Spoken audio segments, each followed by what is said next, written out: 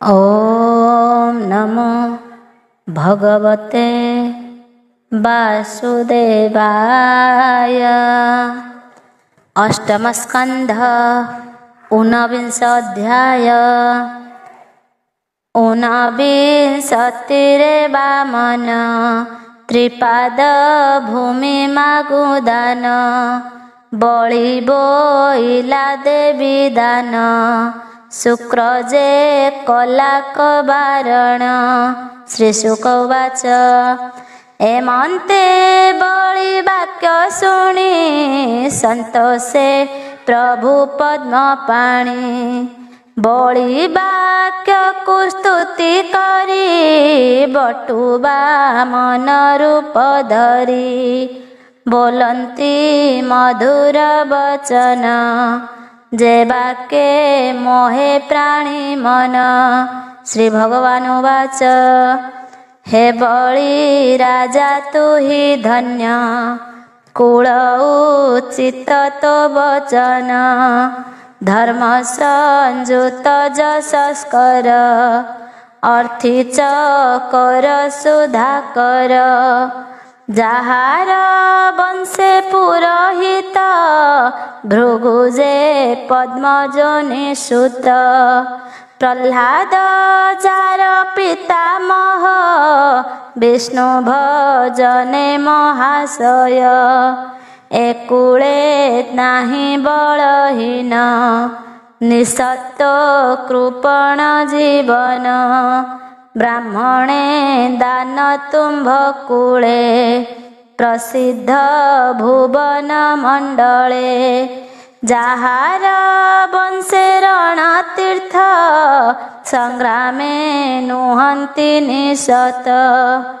अतिथि आगमने सुखी दुखी जनक दुखे दुखी। निर्मल जस जार कुळे विख्यात भुवन मंडले। प्रह्लाद जात जेउ कुळे जेन्हे शशांक तारा मेळे। जे वंशे हिरण्याक्ष वीर देवे दानवे अगोचर। हिरण्याक्ष जे गदा पाणी उदंडे भ्रमई धरणी। ताहार संगे गदा युद्धे केहि न मिळे रण मध्ये। बराह रूपे पूर्वे हरि दंताग्रे धरणी उधरी। पाताळु आगमन काळे से वीर थिला महाजळे। अनेक माया युद्ध कला विष्णुर गदा घाते मला। तार महिमा चक्र पाणी आनंदे रुद्र आगे भणी। से हरि हिरण्याक्ष मारी दंताग्रे धरणी उधरी। आत्मा को विरजयी मणि सकल सभा मध्ये भणी। ताहार बद्ध शुणी रणे हिरण्यकशिपु तक्षणे।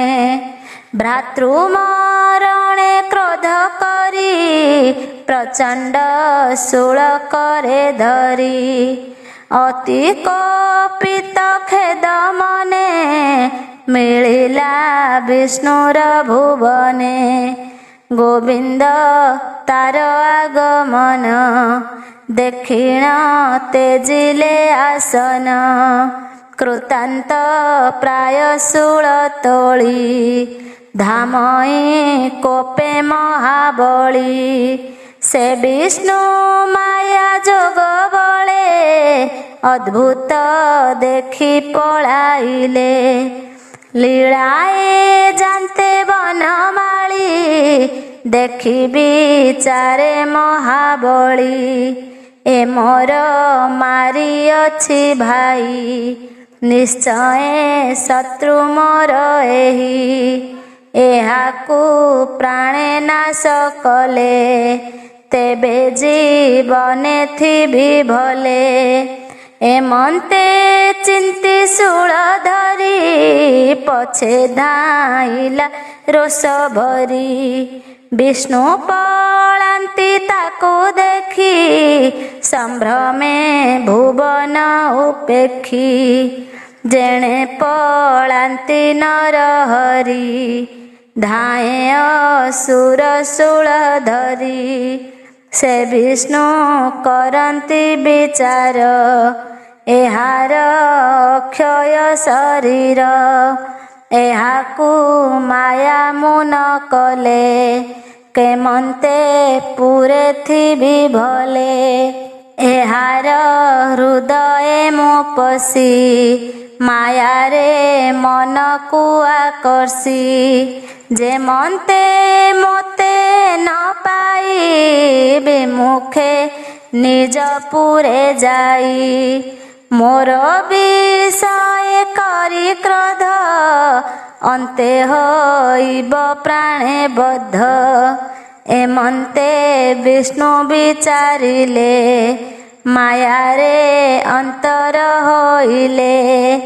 ତାର ଶରୀର ପ୍ରାଣ ରନ୍ଧ୍ରେ ବିଷ୍ଣୁ ପଶିଲେ ଯୋଗ ବଦ୍ଧେ। ବିଷ୍ଣୁ ନ ଦେଖି ମହାକ୍ରୋଧେ ଗର୍ଜିଲା ଭୟଙ୍କର ନାଦେ। ଆକାଶ ଦିଗ ଯେ ବିବର ପୃଥିବୀ ସ୍ୱର୍ଗ ଯେ ସାଗର।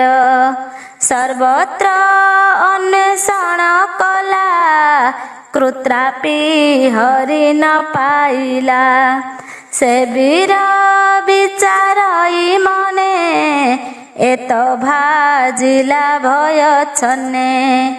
ନିଶ୍ଚୟ ବୈକୁଣ୍ଠକୁ ଗଲା ଏମନ୍ତ ବୋଲି ବାହୁଡ଼ିଲା।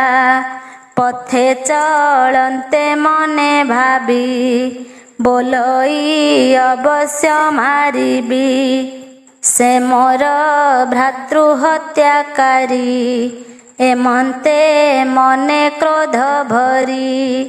ଜୀବନ ଥିବା ପର୍ଯ୍ୟନ୍ତେ ବିଷ୍ଣୁ ନ ଭଜେ କୋପ ଚିତ୍ତେ। ହରିର ତୁଲେ ବାଦ କଲା ଅନ୍ତେ ସେ ବୈକୁଣ୍ଠକୁ ଗଲା। ତାର ତ ନୟ ପ୍ରହ୍ଲାଦ ତୋ ପିତା ତାହାର ଦାୟଦ। ଦେବଙ୍କ କପଟ ଜାଣିଲା ବ୍ରାହ୍ମଣ ବୋଲି ଆୟୁ ଦେଲା। ତାହାର ବଂଶେ ତୁହି ଜାତ ସ୍ୱଭାବେ ଅଟୁ ଭାଗ୍ୟବନ୍ତ। ବ୍ରହ୍ମାଣ୍ଡେ ମହିମା ତୋହର ଏକୁଳେ ଅତି ଯଶସ୍କର। ତିନି ଭୁବନେ ତୁଜେ ରାଜା ସର୍ବେ କରନ୍ତି ପାଦ ପୂଜା। ଏଣୁ ତୋହର ହସ୍ତେ ତୁହି ନିବାସ ଅର୍ଥେ କିଛି ଭୂଇଁ। ମୋର ପାଦେ ପାଦ ତିନି ମାପିଣ ଦିଅ ତୁମେ ଦିନି। ଦାରା ତ ନୟ ମୋର ନାହିଁ କେବଳ ବସ୍ତୁ ମୁଇଁ ଛଇ। ଏ ଭୂମି ଦାନ ଦିଅ ମତେ ଯେମନ୍ତେ ରହିବି ନିଶ୍ଚିନ୍ତେ। ତୁ ଅଟୁ ଜଗତ ଈଶ୍ୱର ଅନ୍ୟ କି ପ୍ରୟୋଜନ ମୋର। ଏମନ୍ତେ ବିଷ୍ଣୁ ମୁଖ ଶୁଣି ବୋଲେ ଦନୁଜ ବୀରମଣି। ବଳି ଉବାଚ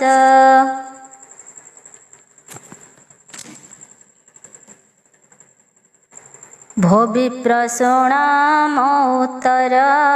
ତୁ ଅତି ବାଳକ ଶରୀର ବୃଦ୍ଧର ପ୍ରାୟ କଥା କହୁ। ବିଚାରେ ବାଳକ ତୁ ନହୁଁ ସ୍ୱଭାବେ ବାଳ ବୁଦ୍ଧି ଘେନି। ନ ଜାଣୁ ଆତ୍ମା ଲାଭ ହାନି ଅଜ୍ଞାନ ପ୍ରାୟ ବହୁମତି ଏ ତୋର ବିପରୀତ ଗତି। ମୁହିଁ ତ୍ରିଲୋକେ ଏକ ରାଜା ସର୍ବେ କରନ୍ତି ପାଦ ପୂଜା। ତ୍ରିପାଦ ଭୂମି ମାଗୁ ମତେ ଏ ଦାନ ଦେବି ମୁଁ କେମନ୍ତେ। ଲୋକେ କରିବେ ଉପହାସ ଏକଥା ନୁହଁ ବିଶ୍ୱାସ। ଯେ ବିପ୍ର ମୋର ଦାନ ନେବ ସେ କିମ୍ପା ଆନକୁ ମାଗିବ। ଏଣୁ ବହୁତ ବୃତ୍ତିକାରୀ ଭୋ ବିପ୍ର ମାଗ ବସୁନ୍ଧରୀ। ଏମନ୍ତ ବଳି ମୁଖୁ ଶୁଣି ବଟୁ ବାମନ କହେ ପୁଣି। ଶ୍ରୀ ଭଗବାନ ବାଚ ଶୁଣ ହୋ ବଳି ନୃପନାଥ ଏ ଜ୍ଞାନୀ ଜନଙ୍କର ମତ। ସମୁଦ୍ର ଆବରଣେ ମହି ଏତେ ସମ୍ପଦ ଯେବେ ପାଇ। ତେବେ ହେ ଆଶା ନ ପୁରଇ ଶୁଣ ନୃପତି ମନ ଦେଇ। ଶପଥ ଦ୍ୱୀପେ ଅଧିପତି ଥିଲେ ଯେ ଅନେକ ନୃପତି। ବେଣ ତନୟ ଗୟ ଆଦି ଅସଂଖ୍ୟ ଅତୁଳ ସମୃଦ୍ଧି। ସେ ଅର୍ଥେ କାମ ଯେତେ କଲେ ତୃଷ୍ଣାର ଅନ୍ତ ନ ପାଇଲେ। ପୂର୍ବର କର୍ମ ଫଳ ଲଇ ଯେ ଦିନେ ଯେ ଅବା ମିଳଇ। ତେଣେ ସନ୍ତୋଷ ଚିତ୍ତ ଯାର ସେ ପ୍ରାଣୀ ତ୍ରିଜଗତେ ସାର। ସନ୍ତୋଷେ ତେଜ ବଢ଼େ ଭଲେ ଘୃତେ ଅନଳ ଯେହ୍ନେ ଜଳେ। ଯେ ଅର୍ଥେ କାମେ ଅସନ୍ତୋଷ ହେଳେ ତା ତେଜ ହୋଏ ନାଶ। ଉଭୟ ଲୋକେ ସୁଖ ନାହିଁ ସେ ପ୍ରାଣୀ ଥିବ ବା କାହିଁ। ଅର୍ଜନେ ଅସନ୍ତୋଷ ହେଲେ ଅତୁଷ୍ଟେ ପଡ଼ଇ ପାତାଳେ। ଅତୁଷ୍ଟି ଜଳ ବିନ୍ଦୁ ହୋଇ ବିପ୍ରର ତେଜ ସେ ଲିଭାଇ। ଏଣୁ ସମ୍ପଦେ କାର୍ଯ୍ୟ ନାହିଁ ତ୍ରିପାଦ ଭୂମି ଦିଅ ତୁହି। ଏକଇ ମାତ୍ର ମୋ ଜୀବନ ଅଧିକ କିବା ପ୍ରୟୋଜନ। ଶ୍ରୀ ଶୁକ ବାଚ ଏମନ୍ତ ବିପ୍ର ଯହୁଁ ଭାସି ସେ ବାକ୍ୟ ଶୁଣି ବଳି ହସି। ବୋଲଇ ଧରି କୁଶ ପାଣି ତୋ ପାଦ ପ୍ରମାଣେ ଧରଣୀ। ଦେବଇ ସତ୍ୟ ମୋ ବଚନ ଭୋ ବିପ୍ର ତୋଷ ଚିତ୍ତେ ଘେନ। ଶୁକ୍ର ଯେ ବଳି ପାଶେ ଥିଲା ଦାନର ନିର୍ଣ୍ଣୟ ଜାଣିଲା। ଏ ବିଷ୍ଣୁ ବୋଲି ଜାଣିପାରି ବଳିକି କହେ ଆଗସରି। ଶୁକ୍ରବାଚ ଶୁଣ ହେ ବିରୋଚନ ସୁତ ତୋର ଦେଖିଲି ବିପରୀତ। ପାତ୍ର ପାତ୍ର ତୁ ନ ଜାଣୁ ବିପ୍ରଙ୍କୁ ଦାନେ ପରିମାଣୁ। ଦେଖ ଏ ପ୍ରଭୁ ଭଗବାନ ଶରୀରେ ଦିଶଇ ବାମନ। ବିବୁଧ କୁଳ ରକ୍ଷା କାର୍ଯ୍ୟେ ଜନ୍ମିଲେ କଶ୍ୟପର ବୀର୍ଯ୍ୟେ। ଅଦିତି ଗର୍ଭେ ଜାତ ହୋଇ ଅଇଲେ ତୋର ଜ୍ଞାନ ମୋହି। ଅର୍ଥ ଅନର୍ଥ ତୁ ନ ଜାଣି ହସ୍ତେ ଧଇଲୁ କୁଶ ପାଣି। ଦିତିର ଗର୍ଭେ ଜାତ ହୋଇ ଏମନ୍ତ ଦେଖିଲା ତ ନାହିଁ। ଏ ବିଷ୍ଣୁ ତୋର ଯଶ ଶିରି ମାୟା ବାଳକ ରୂପ ଧରି। ଇନ୍ଦ୍ରକୁ ଦେବ ବୁଦ୍ଧି ମନେ ତୁ ମୂଢ଼ ପଶିବୁ ପାତାଳେ।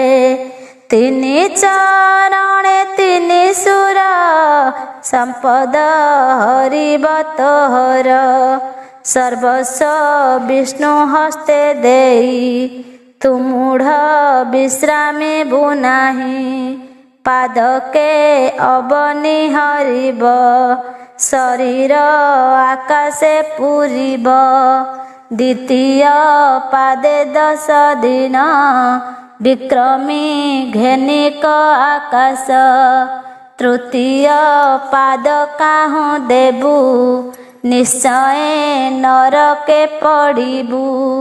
ସଂକଳ୍ପ କରି ଦାନ ଅର୍ଥେ ପଛେ ନ ଦିଅନ୍ତି ଯେ ଜଗତେ।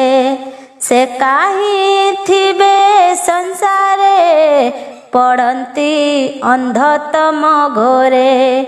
ଯେ ଦାନେ ବୃତ୍ତି ଯାଏ ନାଶ କୁଳ ସମ୍ପଦ କର୍ମ ଯଶ। ସେ ଦାନ କେବେ ହେନ କରି ଯଶ ସମ୍ପଦ ଧର୍ମ ହରି।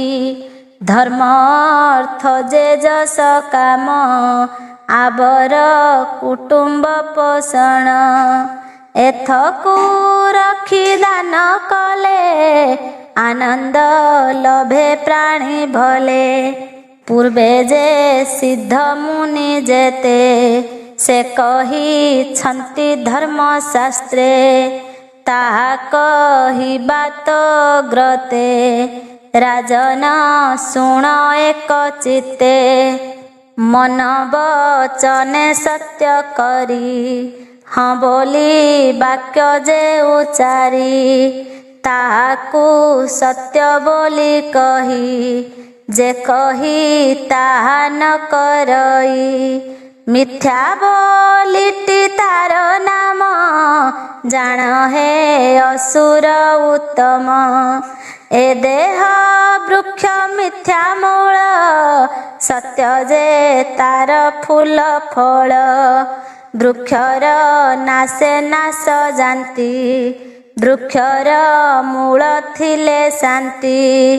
ସକଳ ମିଥ୍ୟା ନାଶ ଜାନ୍ତେ ଅଙ୍କୁର ନୁହଁଇ ବିହିତେ। ଅକାର ଉକାର ମକାରେ ଶବଦ ଉଚାରି ହଁ କରେ। ଯେ ତାହା ଅଜ୍ଞାନେ କରନ୍ତି ନିଜ ଶରୀର ନ ଧରନ୍ତି। ପରିହାସରେ ନାରୀ ସଙ୍ଗେ ବିବାହେ କନ୍ୟା ବର ଯୋଗେ। ତୃତୀୟର୍ଥେ ପ୍ରାଣର ସଙ୍କଟେ ଗୋରୁ ବ୍ରାହ୍ମଣଙ୍କର କଷ୍ଟେ। ମିଥ୍ୟା କହିଲେ ଯେବେ ତରେ ଏକଥା କେ ଅବାନ କରେ। ଗୁରୁ ଏ ମନ୍ତ ବାକ୍ୟ କହି ବଳିତା ବାକ୍ୟ ମନ ଦେଇ। ସଞ୍ଜୟ ରହିଲା ତା ଚିତେ ଗୁରୁ ବଚନେ ଧର୍ମ ମତେ। ବୋଲଇ ବିପ୍ର ଜଗନ୍ନାଥ ଭାଷା ପ୍ରବନ୍ଧେ ଭାଗବତ। ବଳିବା ମନ ବାକ୍ୟ ବନ୍ଧେ ଯେମନ୍ତେ ଅଷ୍ଟମ ସ୍କନ୍ଧେ। ସୁଜନେ ଶୁଣ ଏକ ଚିତ୍ତେ ହରିଚରିତ ଭାଗବତେ। ଶ୍ରୀହରି ଚରିତ ଏ ଭାବ ଭାବିଲେ ସଂସାରୁ ତରିବ। इति श्रीमद्भागवते महापुराणे पारमहंस्यां संहितायां अष्टमस्कन्धे बलि वामन संवादे 19 अध्याय।